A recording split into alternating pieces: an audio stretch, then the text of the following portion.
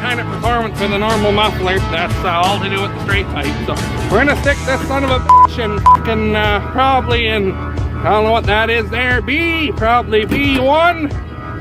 We got this big fucking thing behind it here. We're gonna just step it out of the way.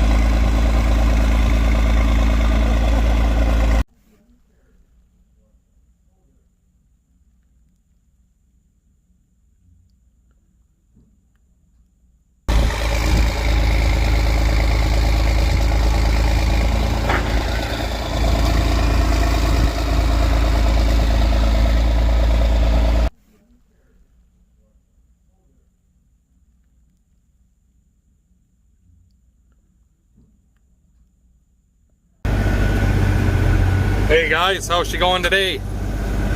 Well,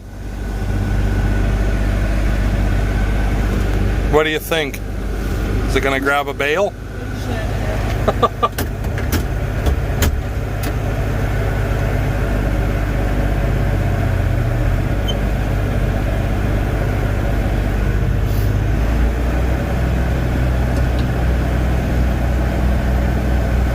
Nice.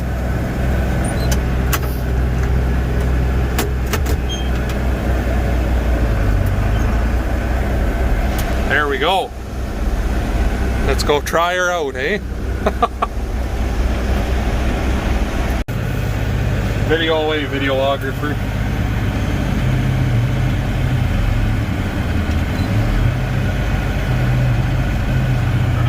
Get used to the long manure times on this thing again. It's been a while since I used this loader. I'm going to install it here in this gear.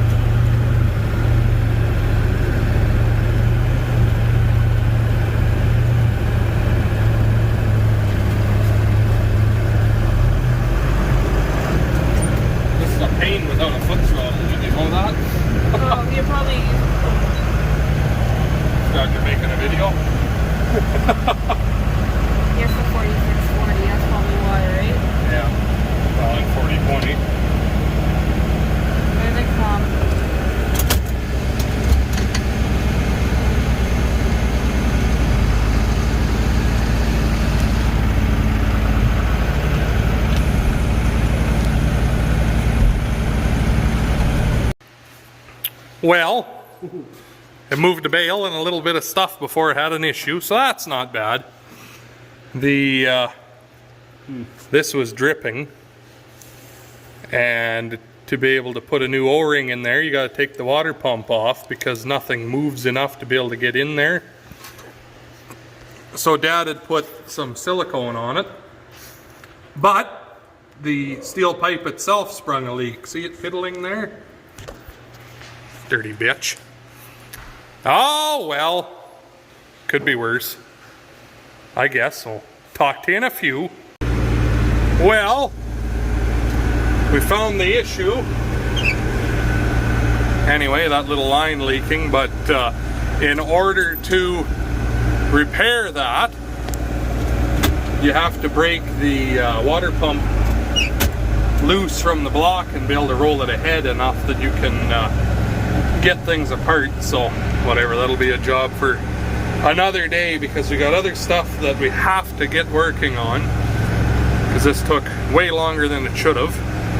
And then I don't have any way of breaking in this engine. I don't have anything in the wintertime that requires enough horsepower to be able to work it properly, so it's going to be waiting until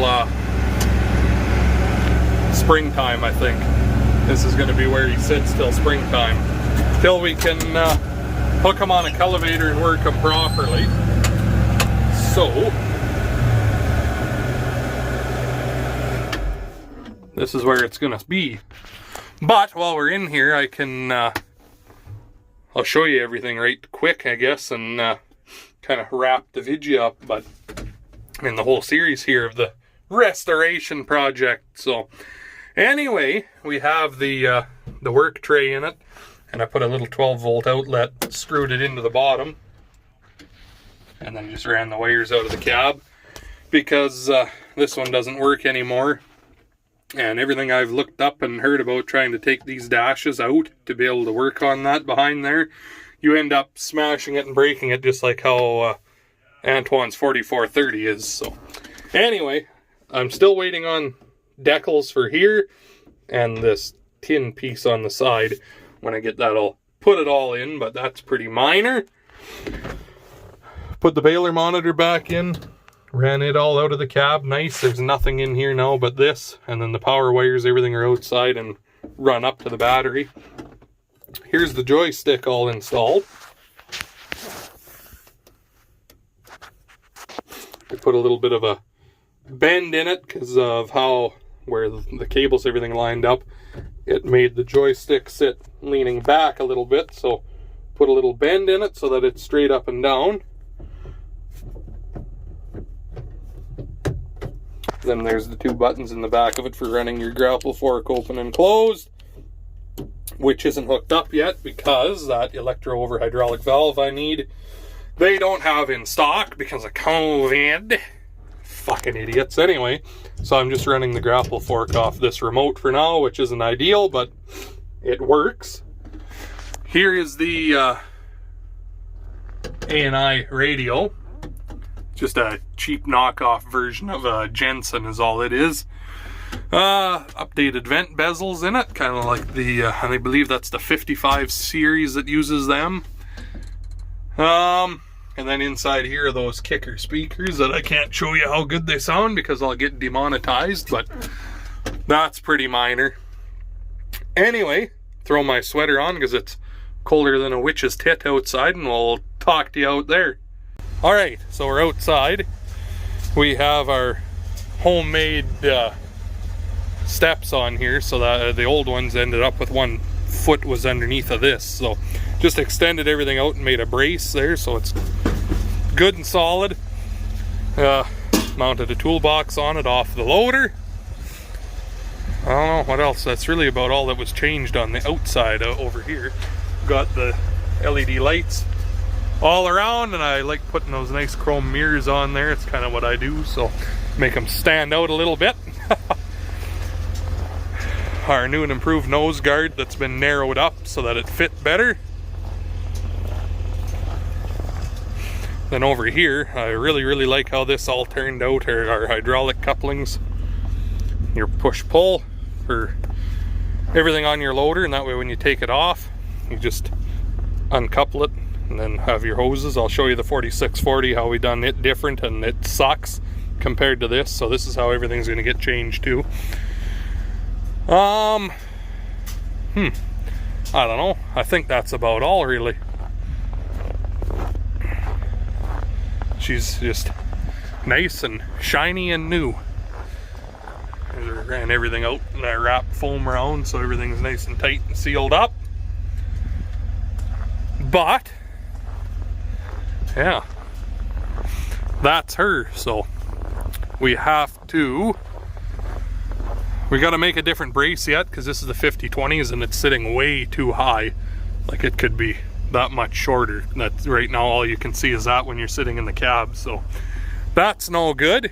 But yeah, I guess that's where I'm going to leave you guys for this project. So hopefully you liked watching all of the journey along the way. It's been like 2 months here since this all started, so